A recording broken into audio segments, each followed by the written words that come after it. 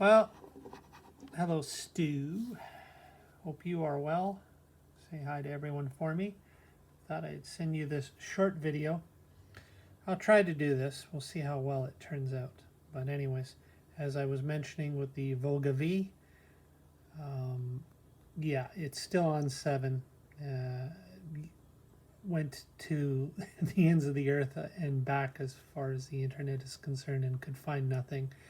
Can't root it, can't jailbreak it, can't. I tried running some utilities, they ultimately would fail. And then, of course, that one developer website that you also had asked questions on, and you got as far as the finding out that the Google access broke on their servers after an update. And I mean, I even looked into trying to find the original default stock ROM before it had updated to roll it back to that. Could never locate it, met a lot of dead ends. And then, of course, trying to use that one app to change some of the digits. I forget the name. I think you had mentioned you had downloaded it. But anyways, it was to alter something in the code. Apparently, changing some numbers would supposedly allow it to connect to Google servers and stuff like that. But none of that worked. None of it would take. It wouldn't save or whatever. So for now, I just stuck with using the Android 7 on it. And but as far as that goes, I like to say, or I think it's pretty amazing. Like, to look at this phone and say, oh, that's Android 7 on here. First of all, I want to show you a few things. Okay, this is crazy. But does that look interesting to you? So as I was mentioning, I got this UI. I think it's called X Phone or Phone X or something like that. Pretty obvious what it's going for. But there's my lock screen. Oh, it looks slide up to open. Boy, that looks very familiar, doesn't it? So I'm going to enter my code. And there you go. Enter the code. Brings me right to the main screen. I've spent the time to categorize everything the way I like it. Obviously, in getting all my APKs, either through well, the good thing is I got some of the things like Messenger and uh, things like that through the Amazon App Store. So that's all legit on the up and up. Other things I got from F-Droid, Droidify, Neo Store. I think they all connect to the same hub of open source apps and things like that. So that's okay. I don't have Aptoid on here or anything like that where you get questionable APKs. But again, I do know about all that stuff. Like I said, back when I had my original account on that one forum, I used to, way back with Android 4, I used to play around with not only jailbreaking and rooting and changing the startup and all that stuff like that. I was really into Android big time for those early years, and had a few Chinese handhelds and things like that. They were all crap, of course, but it did allow me to learn Android very well. So anyway, there's my main screen there. I got my Samurai Predator. Now I want to show you a few things here, so just check it out just to show you. Now it's still got the Android stuff there on the bottom. Of course, I still have my usual access to the Android stuff, and same up there. You can see, I want to show you, oh, I didn't want to show you that quite yet, but there you go. That's all the normal Android stuff, right? You know, as it is. But as you might have caught there, that's the other amazing thing that I have on here is with this launcher. Yeah, the way it mimics iOS is pretty incredible. But there you go. Even that works. Look at that, the brightness up and down. It's just crazy how good it is. There's the flashlight, calculator. All these functions work. Basically everything you see on that screen works. So that's pretty crazy. swipe over. Whoop, sorry, make a liar on me. Swipe, yeah, swipe. It's hard to do one-handed, but swipe over that way. There's the app library. So again, pretty crazy how close it is to actual iOS. And I was worried this launcher, might to do all this and to mimic iOS so well that it might be heavy or laggy or whatever, but not at all. It's just as snappy as the default user interface for Android 7. So again, as you can see, all this working just as it should. Really cool. There's the battery. And it's great because I'm so used now to the iOS interface.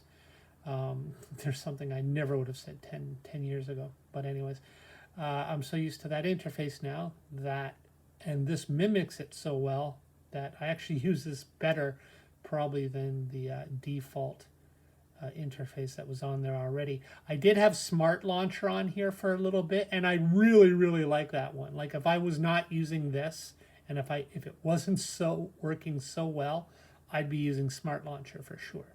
But this one, like I can't. Like knowing I can use it just like an iPhone, basically. Yeah. So there's my categories, and there you go, browser and social. So yeah, my Facebook, my Twitter, my Messenger, I got that all off of legit Amazon store. So no problem there. I'm not worried about any of that. I did sideload one browser, which was a Vivaldi, but I'm not too worried about that because I do also have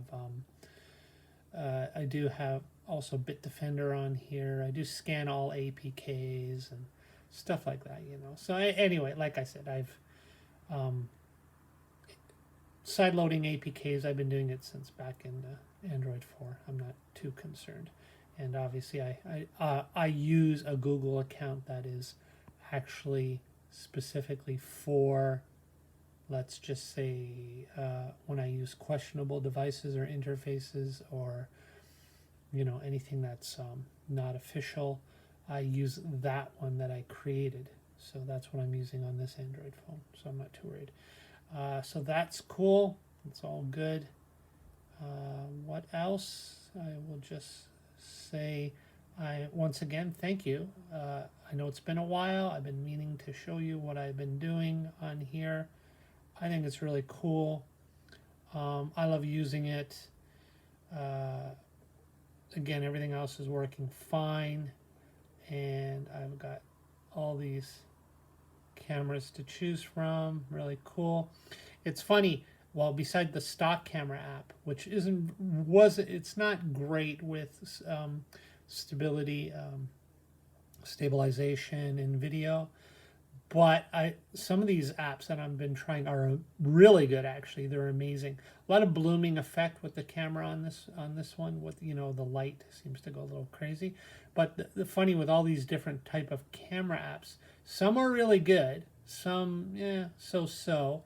I typically try one. If it's not as good at least as the default camera app, I get rid of it. Some of them are very funny because they're really good. Let's say with the rear camera, which is probably what you use mostly. But then I find the ones that are amazing with the rear camera, as soon as you switch it to the selfie camera, it goes really, really dark. It's very strange, but anyways. But some of them work fine. They work fine in both modes. So I'm switching between several cameras all the time. Just playing around, goofing around, tinkering. You know me. I love it. So yeah, I just want to send you this quick video and show you that even though I'm stuck on Android 7 still, the search always continues. I'll keep looking. If I can ever properly root it or break the, I've got it in developer mode, and I do have it, so you can change the startup sequence and stuff like that. But again, I haven't been able to really do much with that. I've played around with some apps, and they either fail or they get to some hiccup. And as I said, I've done it before on several Android Chinese devices and old tablets and things like that. I have an old Samsung Galaxy Tab E. Now the Tab E, again, it ended by Android 7. And even when that thing was brand new, it was basically your bottom of the line, budget, laggy, low-end Samsung tablet. But I found one in the electronics bin. I pulled it out and I popped this same OS on here, this same launcher. Obviously, it's the same OS, it's Android 7, but the same launcher that's mimicking iOS. I put it on there as well, and I was worried that, oh God, it's going to lag even more. But no, it's just, again, just as snappy as the default launcher. So I'm quite happy with that. So yeah, cool stuff. I think it's really neat. Oh, look, I've even got the accessibility. So this is really cool. So if I'm on a different screen, accessibility, press it to get back home. There you go. And again, everything works in here, or at least just about everything. There's a volume up. You know, it does work. Guys, get the right touch there. But I don't know. Sometimes it's a little. There we go. Volume up. And the only thing it doesn't work for some reason, and I think it's more a quirk just of this particular device because I've gone through all the settings, is it won't go to the lock screen just by doing that, but that's okay. It might if I had the actual Android lock screen going, but I disabled the Android launcher screen in order to run the one that's mimicking the the pin entry for iOS, and maybe that's why. But even the screenshot works. There you go. Boom, captured, beautiful. And last thing I'll show you over here again. There we go, and then there's the link to my album. And again, looks really, really well. So that's it.